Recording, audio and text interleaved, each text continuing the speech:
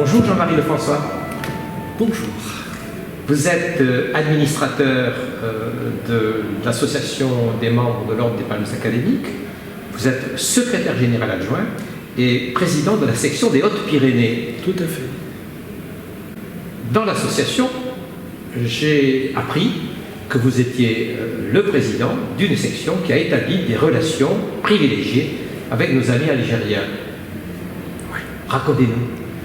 C'est une grande aventure qui a commencé, je crois qu'il y a 10 ans maintenant. Oui, c'était en 2011 que un membre de notre section, là, Francis Sanchez, qui est né à Oran, m'a proposé de créer des liens avec ce pays qui lui tient tellement à cœur, qui m'a proposé de relayer les concours de la MOPA dans ce pays. Alors on a commencé d'une manière assez restreinte. On a commencé sur la ville d'Oran, avec une association dont j'ai oublié le nom, mais qui nous recevait. Il y avait quelques classes. Et de fil en aiguille, je ne vais pas vous refaire tout l'historique, mais de fil en aiguille, cette opération a grandi. On a eu des remises de prix au Consulat général de France à Oran. Et puis ensuite, le concours se développant, l'action se développant, on nous a proposé d'avoir une remise des prix aussi sur Alger. Alors on a eu 2 remises de prix dans le pays, et donc le nombre d'élèves primés a augmenté sans cesse et ne cesse d'augmenter. Tous les ans, on a de plus en plus d'élèves qui participent. On a de plus en plus de départements algériens qu'on appelle des wilayas. On en a de plus en plus. On a de plus en plus d'élèves qui participent, de professeurs impliqués. Donc c'est quelque chose qui est absolument remarquable. Je crois que c'est unique au sein de la MOPA.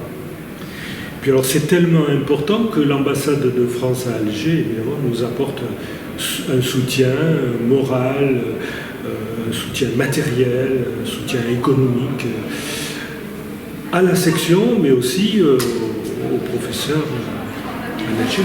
Vous êtes en relation privilégiée avec le président et la secrétaire générale de la coordination nationale des enseignants de français d'Algérie.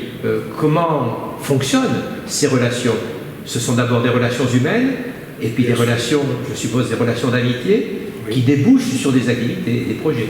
Et qui débouchent sur tous ces concours qu'ils répercutent dans tous les établissements. Sans eux, ça serait impossible. Il faut l'essentiel du travail. Nous proposons, mais eux, avec leur réseau, avec leur dévouement, avec leur puissance, ils répercutent dans de nombreux établissements, chez tous ces professeurs qui acceptent de distribuer à leurs élèves ces concours.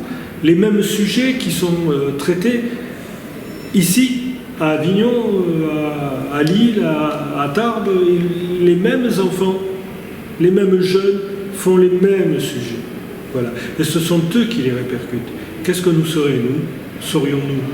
Nous leur avons proposé, et ensuite ils ont répercuté. Donc sans leur dévouement, sans leur action, il n'y aurait rien.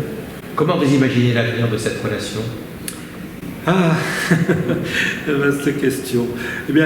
Parfois ça fait peur, parce qu'on a de plus en plus de demandes, de départements, peut-être de villages, qui veulent participer. Alors on est un peu inquiet, on se dit, est-ce qu'on va arriver à gérer tout ceci?